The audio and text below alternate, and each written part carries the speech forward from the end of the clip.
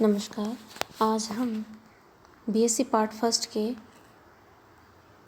First topic covalent compound के बारे में डिस्कस करेंगे। जब समान अथवा लगभग समान विद्युत ऋणता वाले दो अधात्विक परमाणु एक दूसरे के संपर्क में आते हैं तो उनके मध्य सहसंयोजक बंध का निर्माण होता है। एक सहसंयोजक बंध के निर्माण में भाग लेने वाले दोनों परमाणु इलेक्ट्रॉनों का इस प्रकार से साझा करते हैं कि इन साझे के इलेक्ट्रॉनों पर दोनों परमाणुओं का समान अधिकार रहता है। इस प्रकार ये परमाणु साझेदारी द्वारा ही अपने निकटतम निष्क्रिय गैस का विन्यास प्राप्त करते हैं। यानी कि किन्हीं दो परमाणुओं के मध्य साझे के इलेक्ट्रॉन का वह जोड़ा जिस पर दोनों परमाणुओं का समान अधिकार हो, अर्थात जिसके द्वारा दोनों परमाणु परस्पर बंधे हुए हों, उन्हें सहसंयोजक बंध यानी कोवलेंट कंपाउंड कहते हैं। जैसा कि हमने हाइड्रोजन का देखते हैं, हाइड्रोजन का 1s1 इलेक्ट्रॉनिक कॉन्फ़िगरेशन होता है और इसमें एक ही अनपेड इलेक्ट्रॉन होता है। तो ये दूसरे हाइड्रोजन के साथ में दोनों एक एक इलेक्ट्रॉन को साझा कर लेते हैं और साझे किए गए इलेक्ट्रॉन बीच में स्थित होता है, क्योंकि इन दोनों समान परमाणु इसलिए विद्युत ऋणता समान है। और इस तरह से हाइड्रोजन के बीच में, या कहें कि H2 मॉलिक्यूल के बीच में कोवलेंट बॉन्ड का निर्माण होता है। Lewis theory of covalent bond. इस सिद्धांत के अनुसार प्रत्येक परमाणु अपने से निकटतम उत्कृष्ट गैस विन्यास ग्रहण करने की प्रवृत्ति रखता है।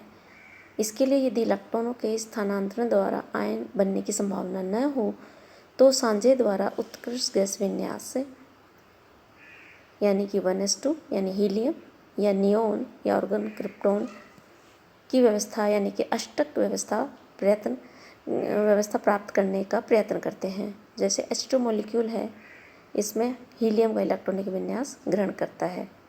इसी प्रकार यदि दो क्लोरीन है तो वो ऑर्गन का इलेक्ट्रॉनिक विन्यास प्राप्त कर स्थायी हो जाते हैं।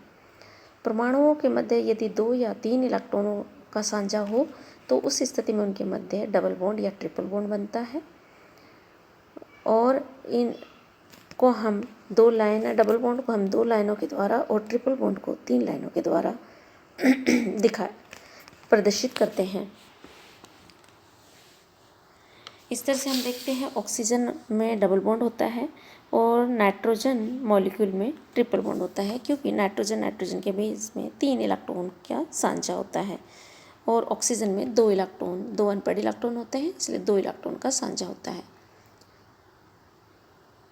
एक ही तत्व के परमाणु अर्थात बिल्कुल समान विद्युत ऋणता वाले दो परमाणुओं के मध्य सहसंयोजक बंध बनता है, कोवलेंट बॉन्ड बनता है, तो उन्हें हम प्योर कोवलेंट बॉन्ड कहते हैं। यानी कि उनको नॉन पोलर कोवलेंट बॉन्ड कहते हैं, क्योंकि दोनों की विद्युत ऋणता समान है, इसलिए साझा किए गए इलेक्ट्रॉन बीच में स्थित होंगे।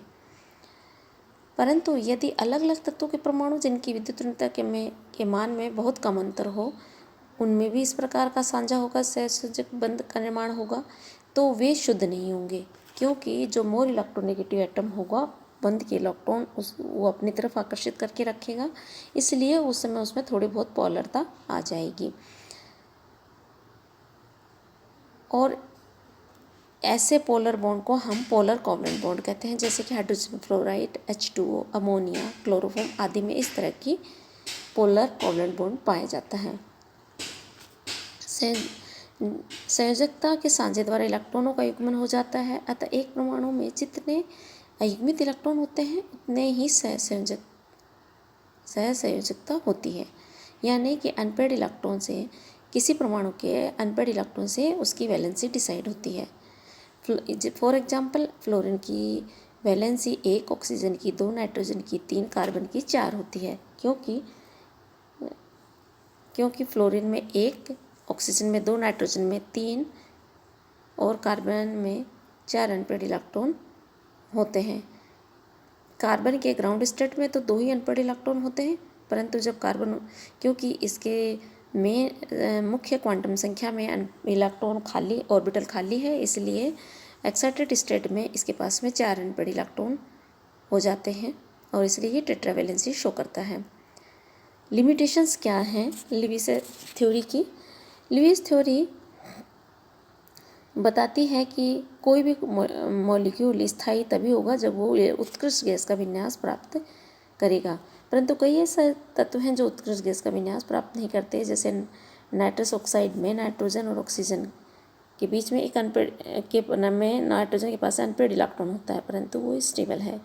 इसी तरह से बेरियम डाइक्लोराइड, बोरोन ट्राइफ्लोराइड जैसे अणुओं के केंद्रीय परमाणु के बाह्यतम कोश में 4 व 6 इलेक्ट्रॉन होते हैं, यानी कि इनमें अष्टक अपूर्ण होता है, फिर भी ये स्टेबल होते हैं।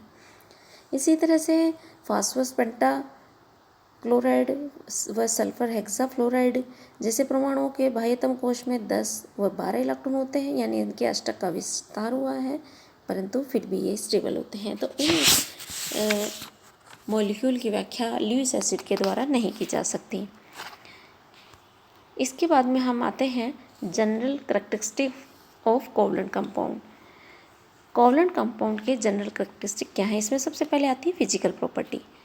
सहसंयोजक बंध सामान्यतः नॉन पोलर व बहुत कम पोलर होते हैं, और इन सहसंयोजक यौगिक एक अलग अलग कणों से मिलकर बने होते हैं। इनके अणुओं के मध्य आकर्षण बल जो होता है वो weak van der Waal force of attraction होता है, यानी कि दुर्बल होता है, ये वीक होता है।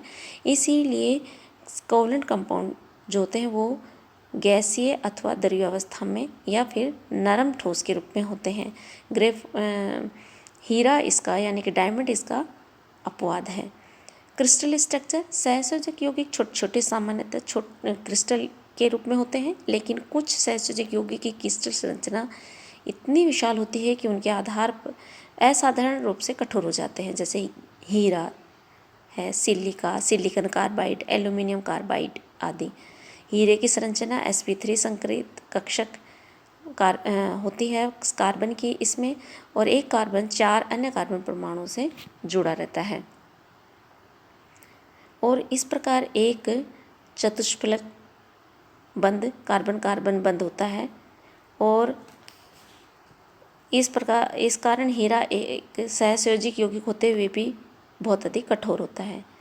कार्बन का ही एक और सहसंयोजी अपरूप है ग्रेफाइट। कार्बन के इस अपरूप में कार्बन परमाणु sp2 संकरित होते हैं और परस्पर एक नियमित अष्टभुज के रूप में जुड़कर चादर के समान परतें बनाते हैं, जो परस्पर एक दूसरे से 3.35 एंगस्ट्रॉम की दूरी पर संभवतः वान डेर वाल्स बलों के द्वारा स्थिर रहती है। एक परत में प्रत्येक कार्बन परमाणु के मध्य 1.42 एंगस्ट्रॉम होती है। प्रत्येक कार्बन परमाणु पर एक स्वतंत्र इलेक्ट्रॉन रहता है, जिसे मोबाइल इलेक्ट्रॉन कहते हैं। यह इलेक्ट्रॉन परतों के लंबवत p कक्षकों में उपस्थित रहता है, और इस कारण से ग्रेफाइट सहसंयोजक यौगिक होते हुए भी सुचालक होता है विद्युत का, और इलेक्ट्रोड बनाने के काम आता है। ग्रेफाइट विशाल अणु के रूप में रहता है, अतः इसके गलनांक भी उच्च होते हैं, लेकिन परतीय संरचना व परतों के मध्य दुर्बल बंध होने के कारण ये मुलायम व चिकना होता है, क्योंकि परतें एक दूसरे पर आसानी से फिसल सकती हैं। इस कारण ही इसकी घड़ियाँ आदि बनाए ड्राई लुब्रिकेंट्स के रूप में यूज़ होता है। मेल्टिंग एंड बॉइलिंग पॉइंट्स, सहसंयोजक यौगिकों के मध्य बहुत दुर्बल आकर्षण बल होते हैं, जिससे इनके वान डेर वाल फोर्स को तोड़ने के लिए अधिक ऊर्जा की आवश्यकता नहीं पड़ती। यही कारण है कि हीरा और ग्रेफाइट को छोड़कर बाकी समस्त सहसंयोजक यौगिकों के गलनांक व कतनांक कम होते हैं। वोलेटिलिटी, अणुओं के मध्य दुर्बल आकर्षण बल के कारण ही सामान्यतः ये यौगिक बहुत दुर्बल वाष्पशील होते हैं। सॉल्युबिलिटी, किसी यौगिक की विलेयता में सामान्यतः ये सिद्धांत लागू होता है कि समान समान को घुलता है, लाइक डिजोल्व लाइक, अर्थात आयनिक यौगिक ध्रुवीय विलायकों में घुलते हैं क्योंकि दोनों पोलर होते हैं। इसी तरह से सहसंयोजक यौगिक नॉन पोलर है तो ये नॉन पोलर सॉल्वेंट में घुलता है, अतः सामान्यतः ये जल में अघुलनशील होता है व कार्बनिक विलायकों में घुलनशील होता है। इसमें भी विशाल अणु इसके अपवाद हैं।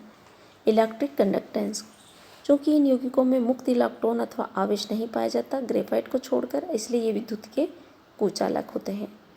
इंसुलेटर की तरह बिहेव करते हैं। केमिकल रिएक्टिविटी, सहसंयोजक यौगिकों की अभिक्रियाएं आणविक प्रकृति की होने के कारण धीमी गति से संपन्न होती हैं, क्योंकि इन अभिक्रियाओं में कुछ पुराने बंध टूटते हैं और कुछ नए बंध बनते हैं, और इन अभिक्रियाओं का काइनेटिक स्टडी आसानी से की जा सकती है।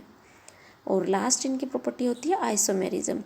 सहसंयोजक बंध दृढ़ दिशात्मक होते हैं, अतः इन यौगिकों में कई प्रकार की समानताएं पाई जाती हैं।